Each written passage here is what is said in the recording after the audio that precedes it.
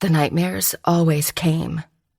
Fingers on my skin, biting and tearing, taking what hadn't been offered.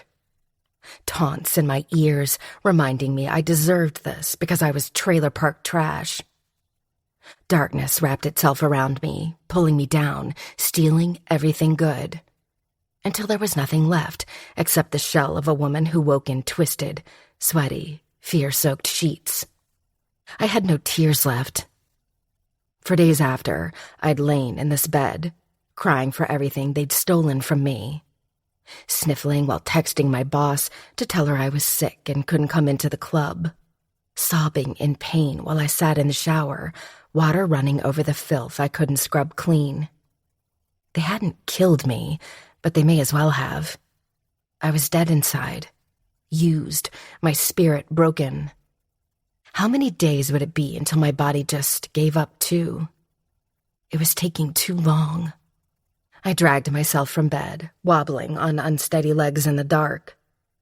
For the first time since I'd been dumped back in St. View and forced to stumble my way home or lie in the gutter and die, I left my apartment. The filthy carpeted stairs in the hallway reeked of piss and left a sticky residue on the bottoms of my bare feet. It was 2 a.m, but music still played from behind the door of my downstairs neighbor, and I slumped against the frame to bang my fist against the wall. "Robbie!" The music paused, and a second later, the door swung open, my neighbor blinking at me through squinty, bloodshot eyes. "I need a gun." Robbie leaned on the doorway, crossing his arms over his chest in suspicion, but not particularly surprised by my demand. "Do you know what time it is? Also, what the fuck happened to you?" I could guess at what he saw. Short hair, wild, bare legs and arms scratched and torn with half-healed injuries. Eyes black with bruises. "Doesn't matter. Do you have a gun or not?" "Depends on if you're gonna pay." I had no money. Nothing more than a few dollars left in my bank account at the end of the pay week. I had no property of any value, nothing to sell or trade for, and there was an eviction notice pinned to my door because my rent was overdue. I shook my head desperately. "Please, Robbie, just give me one." "You can pay in other ways." He leered at me, running his disgusting, thick tongue over chapped lips. I backed off so quick my hip hit the railing of the staircase behind me.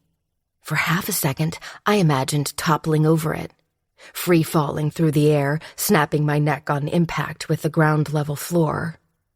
Seemed like bliss compared to the pain and fear that had plagued me since that night. Robbie held his hands up. "Whoa, shit, settle down, I didn't mean it. What do you want a gun for?" I didn't answer his question and deflected with a comment of my own. "I could tell the cops all about what you're growing in there. I saw you bringing in another set of lights last weekend." His eyes widened.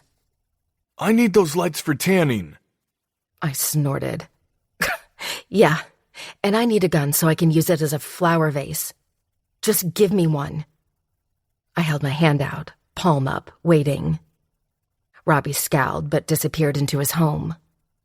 I peeked around the corner of the doorframe and raised an eyebrow at the hydroponic setup he had going on in his living room. There was a small farm of mid-sized marijuana plants growing happily in the middle of it. "Seriously, Rob? Not even in a bedroom?"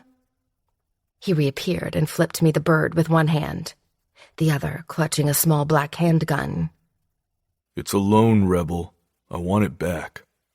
I snatched it from his fingers before he could change his mind and hightailed it back up the stairs, hugging it to my chest and hoping none of our other neighbors would decide to take a late-night stroll and catch me with it. "Hey," Robbie called after me.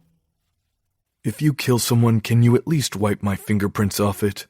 I shut the door behind me, double-checking it was locked, and then leaned back against it, breathing harder than necessary after the short sprint up the stairs.